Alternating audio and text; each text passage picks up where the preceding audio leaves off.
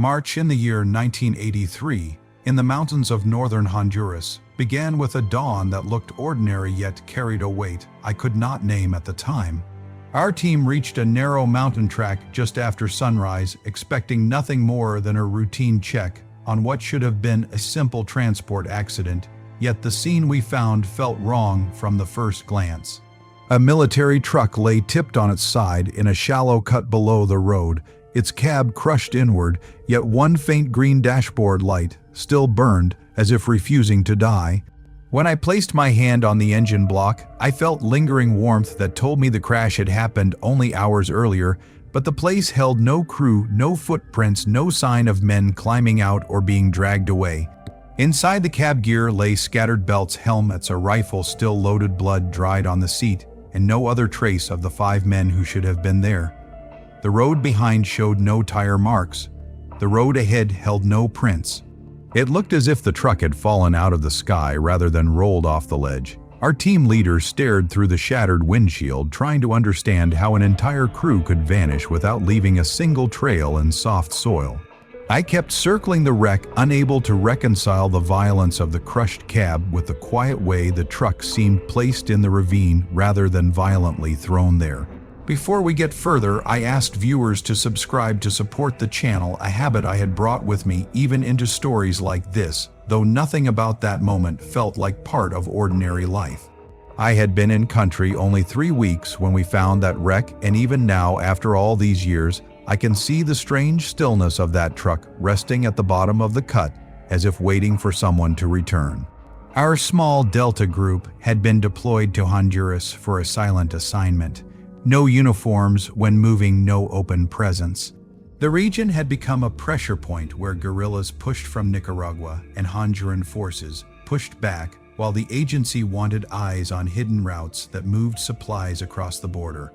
Our orders were simple: move unseen, observe everything, report only what mattered.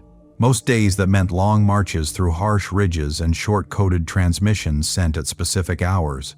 We had 5 Americans. Our captain, a quiet man whose experience showed in the way he studied every detail. Our radio man, young sharp, always listening for strange signals. Our medic, older than me, with a constant tightness in his chest he tried to mask. Our newest shooter, steady, but still learning how to carry fatigue and fear without showing it. I often walked point because years of moving through terrain like this had trained my eyes to read ground without thinking.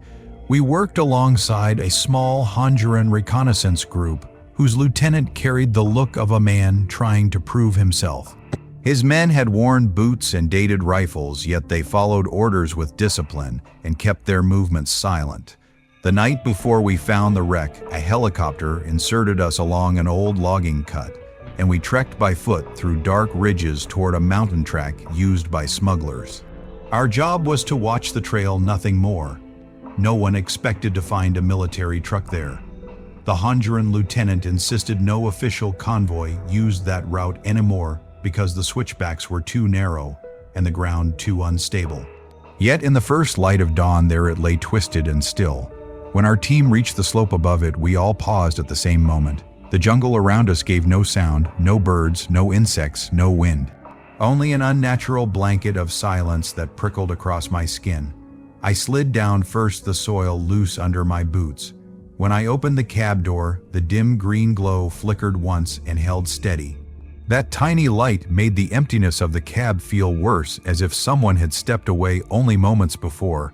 The dried blood ended at the cab frame with no trail leading out. A man bleeding that much would have left a clear pattern on stone or soil, but the ground remained untouched. I checked the cargo bed where tarps hung half torn. Beneath them sat sealed drums labeled as fertilizer, but the labels were too clean, edges too crisp, scent too sharp, with a chemical sweetness that did not belong in a place like this. The Honduran lieutenant circled the cab, muttering questions about where the crew could have gone. Our captain stayed on the road, forming a tight perimeter, while the youngest shooter kept looking uphill, as though expecting figures to appear around the bend. Nothing moved. Not a single branch rustled. Our radio man found the truck set still on. When he handed me the receiver, I heard a soft hiss and a slow rhythmic crackle like someone breathing through cloth. Too steady to be static, too faint to be accidental, the lieutenant asked if guerrillas had taken the crew. That explanation sounded easy, but it did not match what lay before us. Guerrillas did not leave loaded rifles. They did not leave valuable gear. They did not erase sign. The captain ordered us to hold position until further instruction. Hours seemed to stretch in that still air. I kept climbing the slope searching for tracks, but found only the deep scars of the truck's fall and nothing else. No broken branches beyond the roll, no discarded equipment, no obvious struggle. When I looked one last time at the smashed cab, the steady green glow shone through dust and broken glass, as if something inside still waited in the quiet. Even now, I can feel the weight of that emptiness, the way the valley seemed to hold its breath, as our team stood guard on a road that should have been ordinary yet marked the beginning of something we were never meant to understand. The Honduran soldier near the slope made a small hand sign meant to keep away misfortune, a gesture I had seen in remote villages, where men believed certain places carried shadows longer than their own. I did not fault him because even I felt the weight around that ravine and the quiet that did not belong to the living world. The captain called me over along with the lieutenant when he received a short burst from our controller. The message contained only 3 simple lines: hold the site, wait for further direction, keep all channels clear, no reason, no explanation, nothing to guide our next decisions. The lieutenant asked what we should prepare for next, but the captain only answered that our duty was to secure the area until told otherwise. His steady voice could not hide the slightest tension tight behind his words. I moved back toward the rear of the truck, and the drums remained exactly where I had left them earlier. The faint, sweet chemical scent drifted through the shade every few breaths, leaving a dryness in my throat that seemed to cling no matter how slowly I inhaled. The medic joined me for a moment, and after one cautious breath, he stepped back as though the air itself had weight. He wiped sweat from his brow and pressed a hand to his chest, insisting it was only the earlier climb, though I knew he felt something deeper and heavier than that. The younger shooter held the high ground with 2 of the Honduran soldiers, his rifle pointed toward the winding ridge where the narrow track disappeared. When I reached him, he whispered that he felt watched despite seeing nothing at all. His eyes kept darting toward the bend, as if expecting a shape to appear from the brush. I told him to control his breathing and maintain his scan. He nodded, but his jaw stayed locked with a tension I had seen only when men stood too close to danger they did not understand. By midday, the sun crested the ridge, and the light reached the crushed cab, reducing the intensity of the green glow, but never fully extinguishing it. The captain noticed this and tried closing the cab door to block the light, but the glow still shone through cracks around the bent frame, as if the dashboard itself refused to die. The radio man signaled us again, saying he had recorded a full minute of static from the truck set, and when he let the captain listen, I watched the calm fade from the captain's expression. He asked if the pattern could be a damaged channel, but the radio man shook his head firmly. Too clean, too rhythmic, too deliberate. The lieutenant then asked whether guerrillas might come searching for the wreck, since a crash in remote territory often drew opportunistic fighters. The captain responded by widening our security ring and sending 2 Honduran scouts farther down the trail to watch for movement. I accompanied them along the narrow rocky path. The ground bore no fresh prints, only old faded marks from months earlier. We checked the brush on both sides for escape routes or tracks made by fleeing crew members, yet found none. When I returned to the ravine, the captain shared that another message had arrived asking only for more information on the cargo and truck condition. He responded with factual coded details but withheld the irregularities, the silence in the trees, the scent in the air, the unnatural glow. Those were not things easily explained in a report. Meanwhile, the medic's breathing grew shallow, and he asked if I still noticed the sweetness in the air. I admitted I did, though I kept my voice calm. The radio man drifted past, holding his recorder tightly as if the device contained something alive, and he walked in a slow circle around the wreck, tapping notes between each pause of static. The younger shooter watched him with an uneasy look. The Honduran soldiers grew agitated as afternoon shadows stretched across the ravine. They kept exchanging quiet whispers and glancing toward the ridge as though they feared something unseen might emerge once night settled. The lieutenant tried keeping them steady, but his own nerves revealed themselves in the way he checked and rechecked the magazine of his rifle. As the last light dulled across the treetops, the captain gathered us again and instructed that we would remain until final orders arrived. He suggested the missing crew might be injured and hiding, yet none of us believed it. Men in pain leave noise, men in fear leave marks, yet the soil around us held none. When night dropped across the ridge, we formed a defensive ring around the truck. The captain positioned me above the cab on the slope, giving a clear view of the road and ravine. The radio man remained near the wreck, still intent on gathering more recordings. The medic stayed low behind cover, and the younger shooter watched the bend where the trail curled into deeper brush. The Honduran soldiers filled the gaps. No lights, no fire, no voices above a whisper. The jungle remained silent in a way I had never experienced. No insects, no distant calls, only the sound of my own heartbeat against the stillness. Every so often, the sweet chemical scent drifted upward in thin, invisible waves. The medic coughed softly, then again trying to hide each sound as though afraid the valley itself might hear him. His strained smile when he caught my eye lasted only a second. The green glow in the cab pulsed gently like a small star swallowed by the dark. It troubled me more than anything else, not because of its brightness, but because of its persistence. It did not flicker. It did not weaken, it only watched. Around midnight, the radio man tapped my shoulder without speaking and handed me one headphone. The static rhythm had changed. The slow rise and fall remained, yet now breaks formed uneven gaps, as if something attempted to shape meaning inside the noise. The captain listened as well, and I saw tension settle deep into his features. He told the radio man to keep recording, but not to broadcast under any circumstance. Soon after this, the air across the far side of the ravine shifted. No sound, no movement, only a heavy pressure like the valley breathed in for one slow moment. One Honduran soldier stiffened his rifle, rising too fast. I signaled him to steady, and he lowered the barrel with trembling hands. Moments later, the younger shooter whispered that he saw a shadow near the road bend. I moved beside him, staring into the dark for long minutes, yet nothing moved. Nothing shaped itself from the black. He said maybe he was tired, but the certainty in his voice told me he had seen something, whether we named it or not.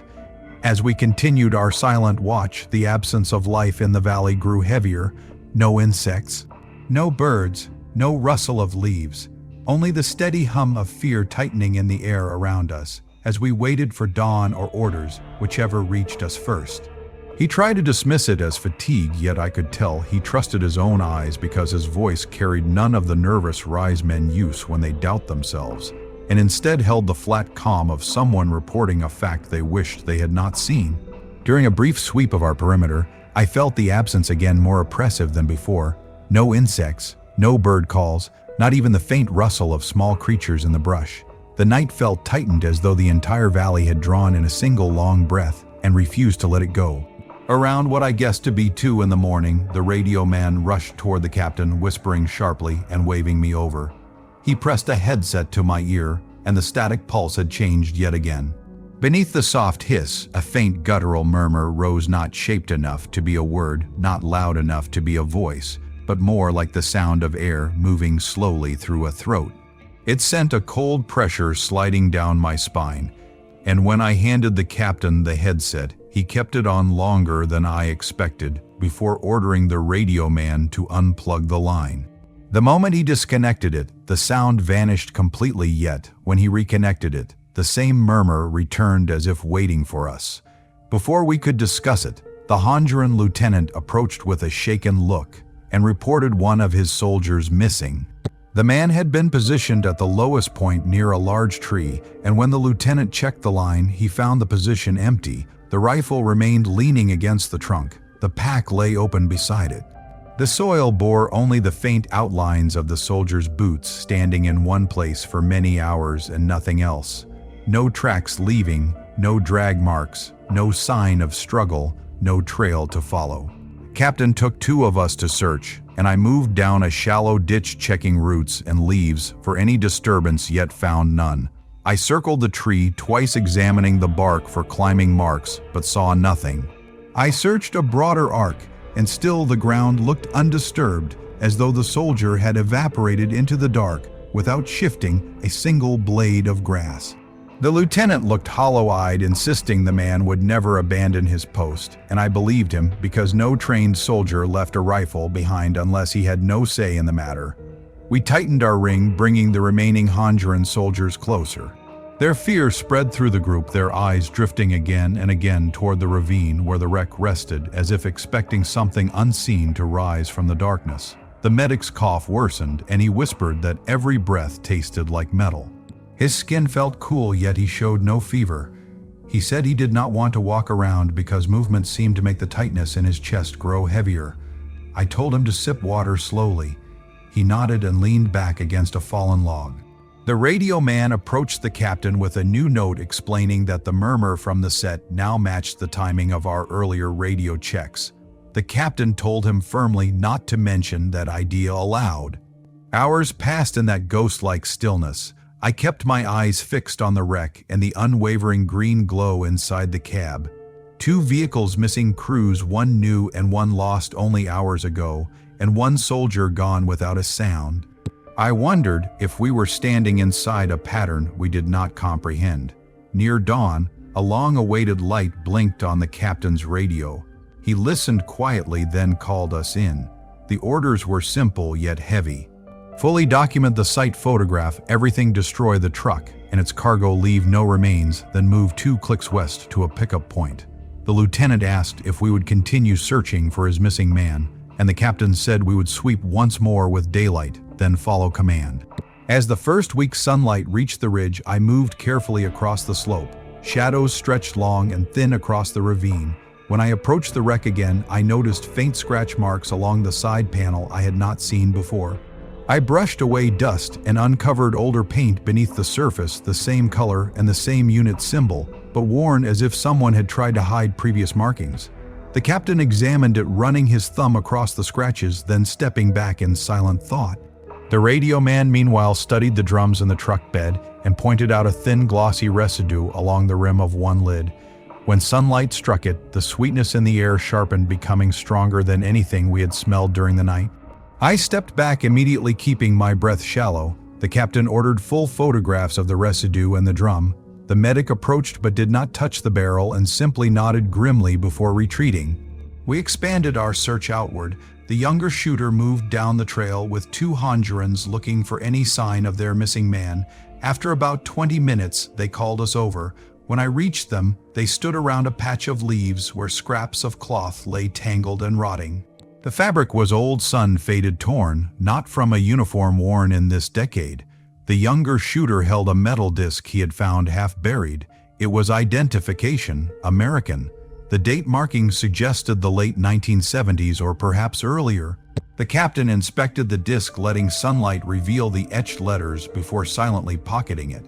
The lieutenant made the sign of the cross and his men backed away, as though the earth itself felt wrong beneath their boots. We returned to the truck, and the radio man took more photographs, circling the cab, repeatedly slowing every time he passed the broken windshield. When I asked why he hesitated, he said he thought something shifted inside when the light hit the glass. When I checked, I saw nothing but the green dim glow flickering weakly within, yet the unease remained. The captain instructed me to open the manifest again. The pages looked neatly written, but when lifted to the sunlight, faint impressions of erased lines appeared underneath. Words that did not match the current labels. I saw a partial reference to decontam and a sequence that resembled a chemical code. It confirmed suspicions none of us wanted to voice. Whatever filled those drums was not harmless cargo. While the others prepared charges, I continued searching the opposite side of the ravine, and that was when I discovered a buried shape beneath the soil. At first, only a small corner of metal, then more as I dug with my knife, until a second truck revealed itself, crushed, half swallowed by earth, identical in style and angle to the one we had found earlier. It had been there long enough for roots to claim it, yet not long enough to vanish into rust entirely. I called the captain and the lieutenant, and they stared at the second wreck in silence. The captain touched its faded symbol and said quietly that this road carried secrets far older than our arrival. When we returned to the others, the charges were nearly complete. The medic sat breathing shallowly, sweat slipping down his face. The captain gave the final instruction: photograph everything, ready the charges, then retreat to the ridge. Standing above the two trucks, one fresh, one ancient, I felt the heavy certainty that we had stepped into a chain of events that began long before our boots hit that soil and would continue long after we departed. The valley watched in silence as we prepared to burn its buried truths. When I checked the cab again, I saw nothing inside, only fractured glass catching weak sun and the stubborn green glow that refused to surrender even after hours of darkness. The captain asked me to open the manifest one more time, so I spread the pages across a flat section of metal. When I lifted the top sheet, faint indentations appeared, thin ghost marks of lines once written and then erased with purpose. Tilted in the sunlight, they formed fragments of words. One looked like decantam. Another resembled the start of a coded sequence. None of it matched the clean handwriting now displayed on the surface. Whatever these drums carried had never been simple fertilizer. The medic had sensed that the moment he smelled the sweetness in the air. We moved up the slope into partial cover while the captain radioed our findings. His voice stayed low as he described the altered markings, the residue, and the discrepancies in the manifest. When he finished, he returned with a look that told us command understood too much and yet would say too little. He ordered us to set charges on every drum, every strap, every compromised section of the truck. Nothing could remain intact. The radio man tucked his recorder inside his vest and joined the younger shooter in placing thermite beneath the drum's sliding sheet metal, under each container, and packing fuse lines tight. The medic guided them, though his breath had grown shallow and his hands trembled each time he adjusted his gloves. While they worked, I walked farther down the ravine, studying the soil for anything that might hint at the wreck's deeper history. That was when I uncovered the second truck buried under years of earth. At first, only a rusted corner, then a bent wheel, and then an entire crushed frame emerged from beneath tangled roots. It mirrored the new wreck, exactly same model, same angle, same symbol, faint under layers of decay. I called the captain and the lieutenant, and we stood together staring at the half-consumed remains. The lieutenant spoke softly, saying no military record mentioned any accident on this route. The captain brushed off a patch of the old paint and replied in a quiet voice that this road carried more than anyone wanted acknowledged. His words settled over us like dust. We climbed back and found the others finishing the last fuse lines. The medic sat on a boulder, pressing a hand to his ribs, sweat streaking his temple. I offered water, but he refused, saying he needed only a moment to steady himself. The captain signaled that time was short. We photographed the second wreck and packed our gear because a new message had reached us. Our extraction had shifted earlier. The helicopter would approach soon, and we needed to be clear of the blast and rising smoke by the time the charges ignited. I took one last look into the ravine at both trucks, one fresh with its cab still glowing faintly, one ancient and swallowed by roots, both burdened with cargo no one wanted traced. The valley around them seemed too calm, as if waiting for something to happen that had already happened before. We moved up the ridge in a staggered line. Even in higher air, the same sweetness drifted around us, rising in thin threads that clung to gear and clothing. The captain ordered a brief halt atop the ridge so he could confirm our route to the landing zone. The medic leaned against a tree, closing his eyes with effort, each breath sounding more strained. The radio man set his recorder on the ground and replayed a short section of audio. The pulse from the truck's radio had changed again. The brakes grew slower, almost mirroring the timing of our own coded check-ins from dawn. He played it twice, pointing out the pattern. It chilled something in the back of my mind because it felt intentional. Not human, not random, something that listened, something that answered. The captain walked a few steps away, staring at the sky for several seconds before returning with a firm voice telling us to pack everything. We would leave the ridge in two groups, the Honduran soldiers first, then the rest of us. Once we reached safe distance, we would trigger the charges and push hard toward the pickup zone. The radio man asked to double-check a drum he feared he had not photographed clearly. The captain allowed it, but told him to be quick. I followed him down to the truck's rear. He brushed earth from one drum and uncovered a small logo beneath the paint, a mark I recognized from briefings back home, belonging to a contractor involved in chemical development programs that officially did not leave controlled facilities. Beneath, another thin layer of paint, faint batch letters, appeared the sort associated with materials not allowed to exist outside secure labs. The scent in the air sharpened the instant the marking was exposed. I stepped back, keeping my breath short. The captain joined us, peered at the marking with a hard expression, and then pulled the canvas over it as though burying something alive. His voice, when he spoke, carried a weight I had not heard from him before. On the climb back to the ridge, we studied the manifest again, tilting the pages to search for more hidden writing. The faint impressions beneath the ink confirmed these drums carried items far from harmless. Items men in quiet rooms had once spoken about in low tones as hypothetical tools never to be used. The younger shooter called out and showed us dark specks on his glove, residue from earlier contact with the tarp. The medic inspected the spots and immediately advised him to rinse his hands with our last clean water. We watched him scrub his palms thoroughly, making sure none of it touched his face. When we regrouped, the captain exhaled slowly and ordered the signal. The radio man pressed the detonator, and for a moment nothing happened. Then light flared bright against the ravine walls, and a burst of searing heat rolled upward.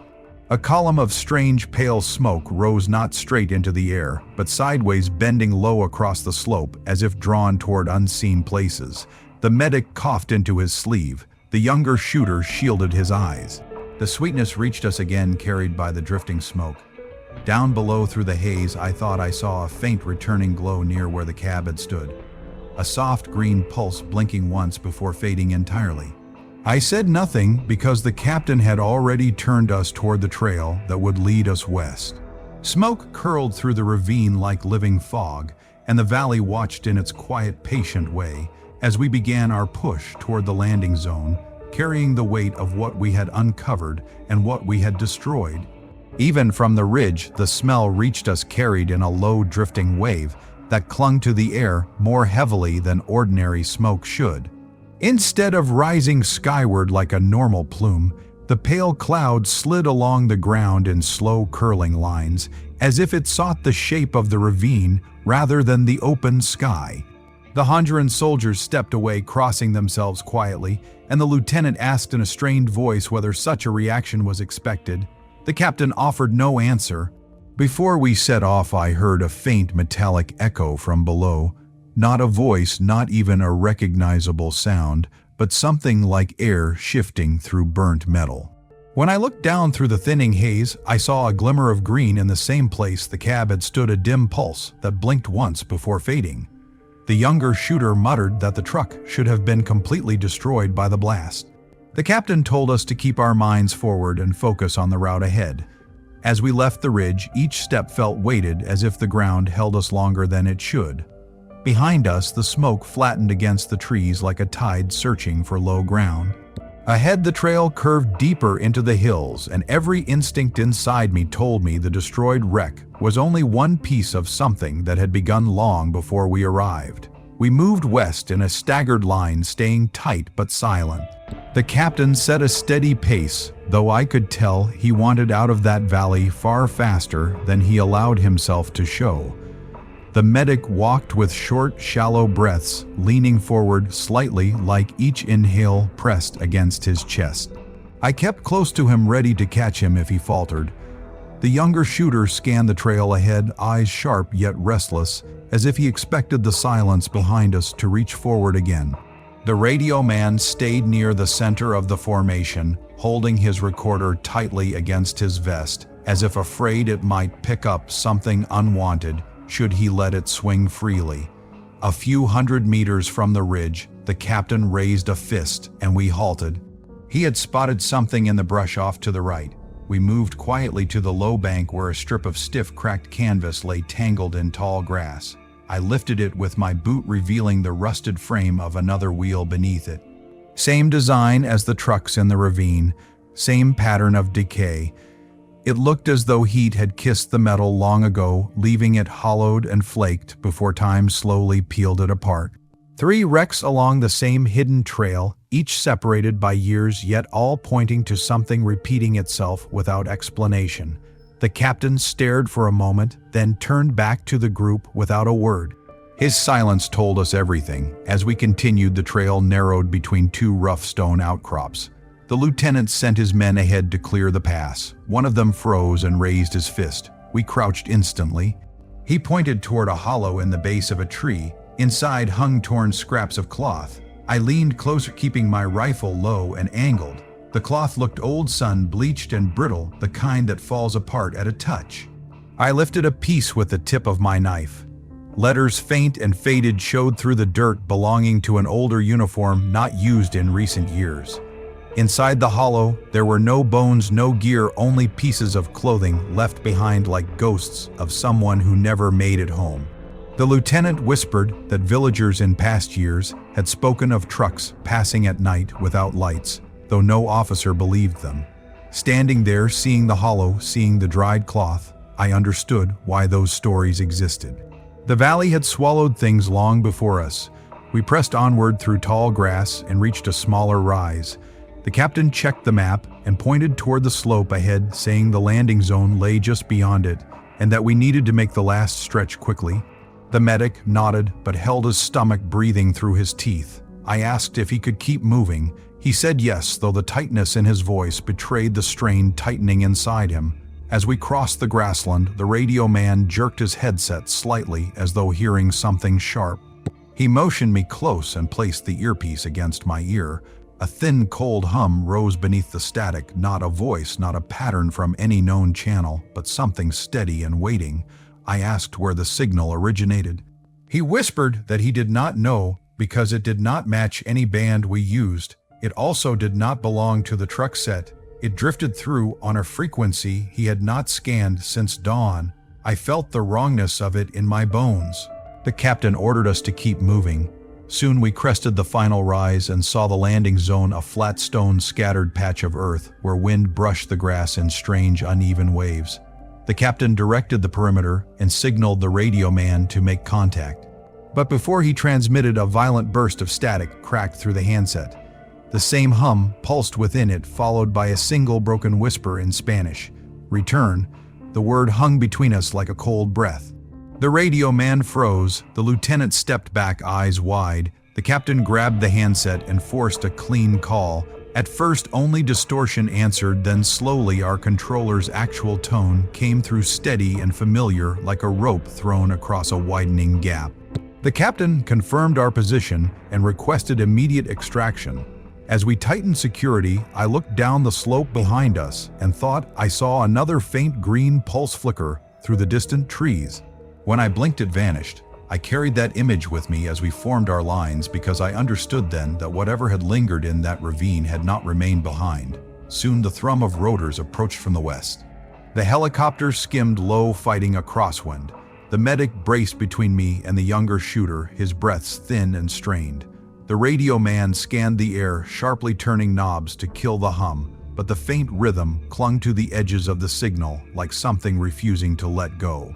The bird dipped lowered and prepared to land, and in that moment, before the blades touched the grass, I knew deep down that the valley had not finished with us, even if we could leave it. The helicopter swept in low, and the grass bent beneath the rotor wash as we formed up for boarding. Before the bird settled, I turned my gaze back down the slope, and for an instant I saw shapes drifting among the trees, not defined bodies, but silhouettes shifting in slow, deliberate motions, as if leaning toward the ridge where the smoke from the blast had crawled along the ground. I blinked and the shapes thinned into nothing, yet the feeling of being observed clung to the air like a cold film. The captain shouted for us to load, and the Honduran soldiers rushed first, keeping their heads low beneath the whipping blades. The medic moved next between me and the younger shooter, his breaths rapid and uneven. The lieutenant climbed in behind him. The radio man hesitated, still listening to a final flicker in his headset, until I gripped his shoulder and pulled him toward the ramp.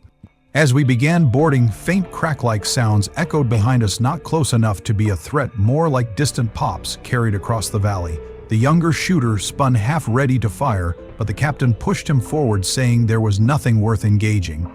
Before stepping into the bird, I looked one final time toward the trees and caught a pulse of green through the dark branches, a dim echo of the cab light now swallowed by smoke. It blinked once, then vanished. The captain tapped my arm, ordering me aboard, and I obeyed. The ramp closed, and the crew chief signaled the pilot. The helicopter lifted sharply, pushing through the dense air until the valley dropped beneath us like a sinking floor. As we banked east, I saw the twin scars of the two wrecks below, one fresh, one ancient, both now broken open beneath curling smoke. The pale haze still moved strangely, hugging the ground instead of rising, dissipating as though absorbed by the forest.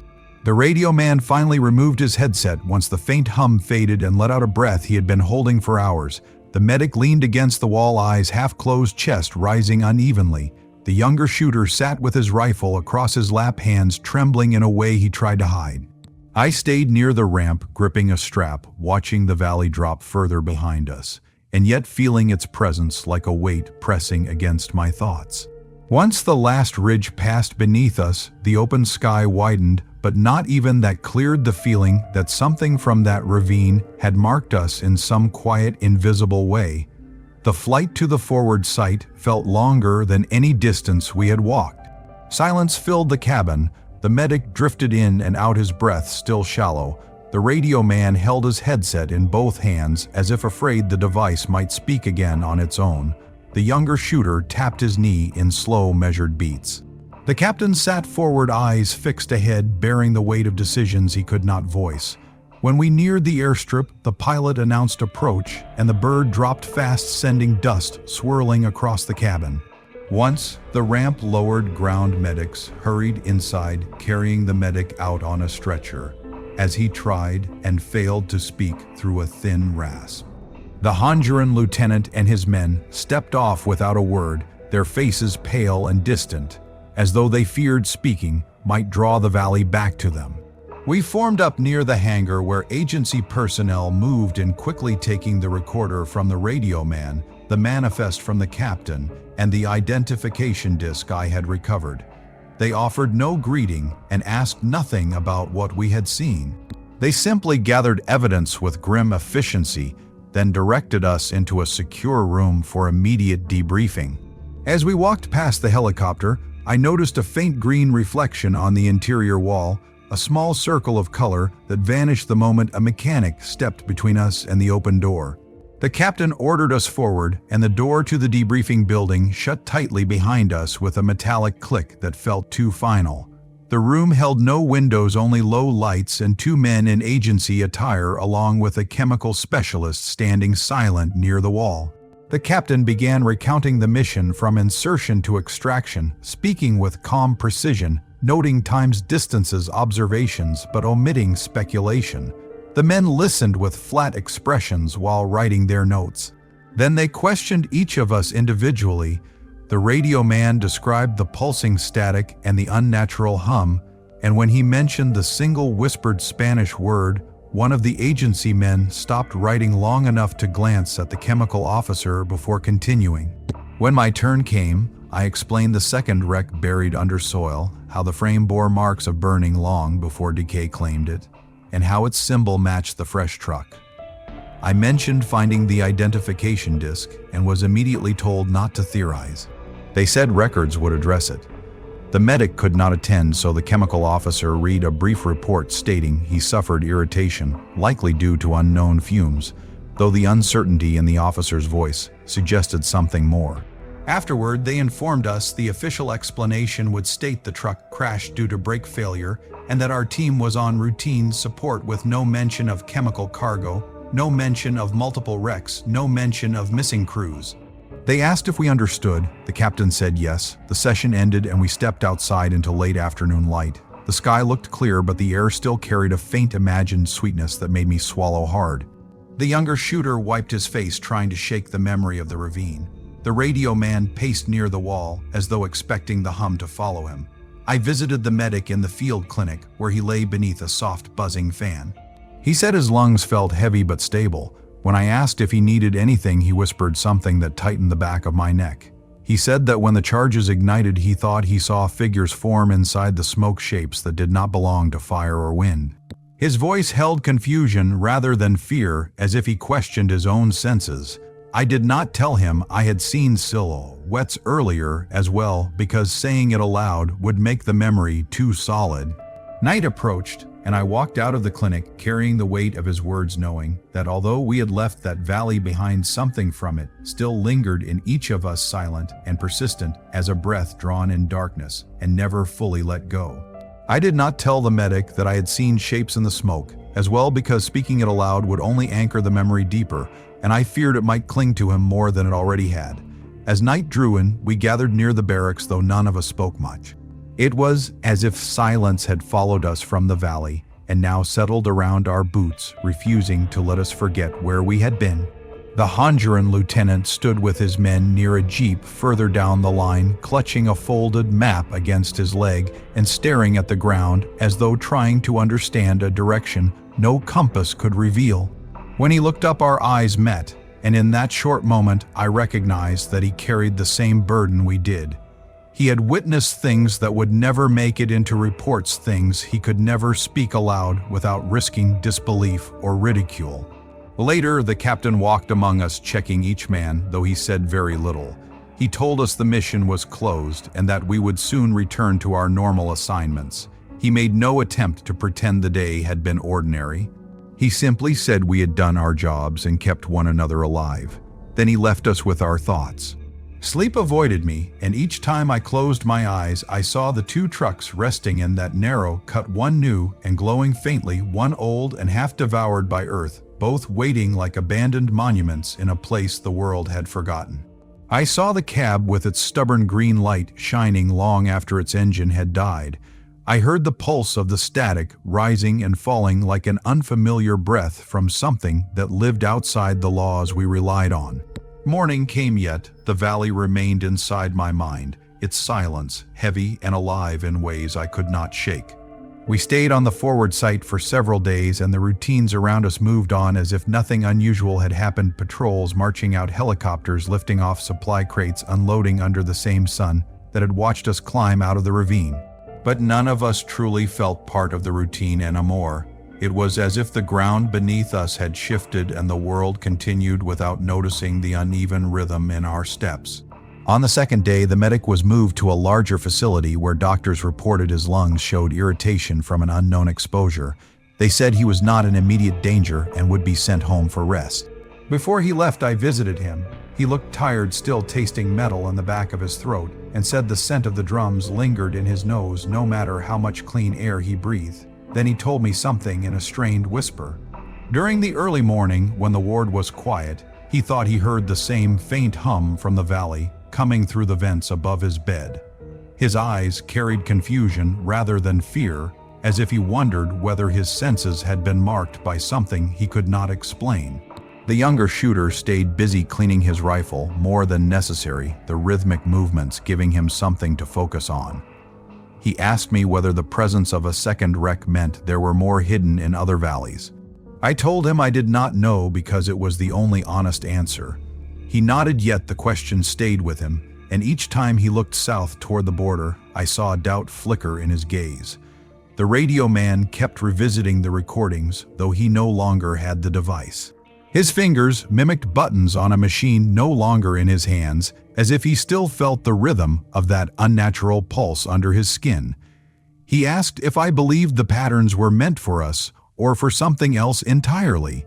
I said some signals were never meant to be understood by men, and perhaps the valley had not been speaking to us at all. He said nothing after that. On the third afternoon, the captain gathered us and delivered the final word.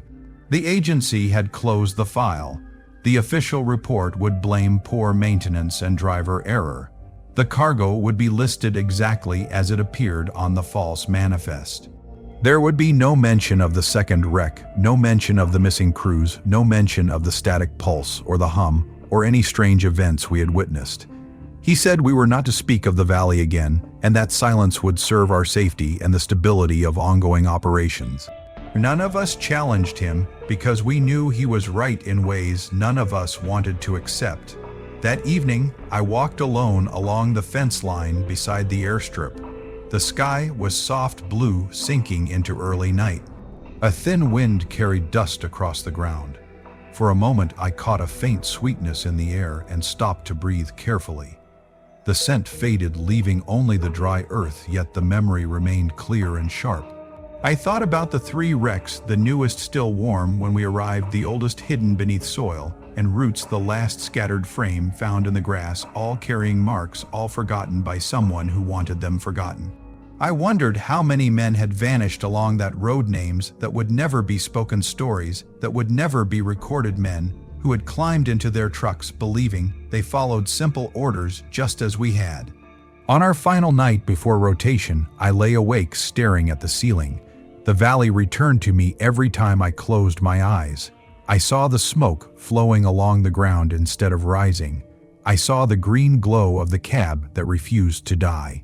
In the depth of that silence, I realized something I had not admitted even to myself. Nothing about that place felt finished, not the crash, not the search, not the air, not the echoes and the static that kept shifting as if something on the other end listened. When dawn came, the captain told us to pack for departure. As I lifted my gear, I took one last look toward the distant hills beyond the camp. They stood quiet and calm, yet I felt as though the valley watched from behind them, patient and unchanged. We climbed into the truck and left the forward sight, the dust rising behind us in soft trails. The younger shooter leaned back, closing his eyes.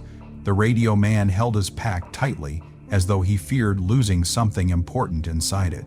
I watched the landscape pass in slow rolling waves. Nothing pursued us, nothing called us back, yet the memory of that silent place clung to me as if it had carved a small hollow in my chest and settled there. Many years have passed since that mission, yet the valley is still with me, steady as a slow breath. I have walked through many dangerous places, but none felt like that one because it was never the threat that marked it. It was the silence, the way it held its secrets older than any uniform or order. I often think of the crews who vanished before we arrived, men who believed they served something clear and structured only to be consumed by a place that did not return them. They deserved answers, but none came. What remains clearest in my mind is that unwavering green glow in the cab, shining long after it should have failed, as if something inside still waited. And even now, when I drive at night and see my own dashboard glow, I feel a part of me drift back to that ravine, standing above a truck where tracks ended without reason. I do not expect the truth anymore, because some truths are buried by those who prefer the earth to stay still. But I know what I saw, and I know the silence that followed me out of that valley has never fully left. Some roads end in places that keep their own stories and hold them tight. And when a truck is found with no crew, that emptiness stays with a man far longer than any firefight, because it asks questions that time refuses to answer and leaves a quiet that follows him through the rest of his years. When I think back on that valley, I still feel the air tighten around my ribs like it did that night. Some places never leave you. Some moments carve their mark so deep you carry them long after the world forgets the story. If you made it this far, then you already know. This is not just another tale. This is a reminder that the shadows out there are real, and they watch from places no map ever warns you about. If you want more stories like this, more missions buried under silence, more truths dragged out of the dark, then hit that subscribe button and join the crew. Drop a comment, tell me where you are watching from and what mystery you want me to uncover next. And remember, stay sharp, stay ready, because out there in the quiet, something is always listening. Captain Rebel out.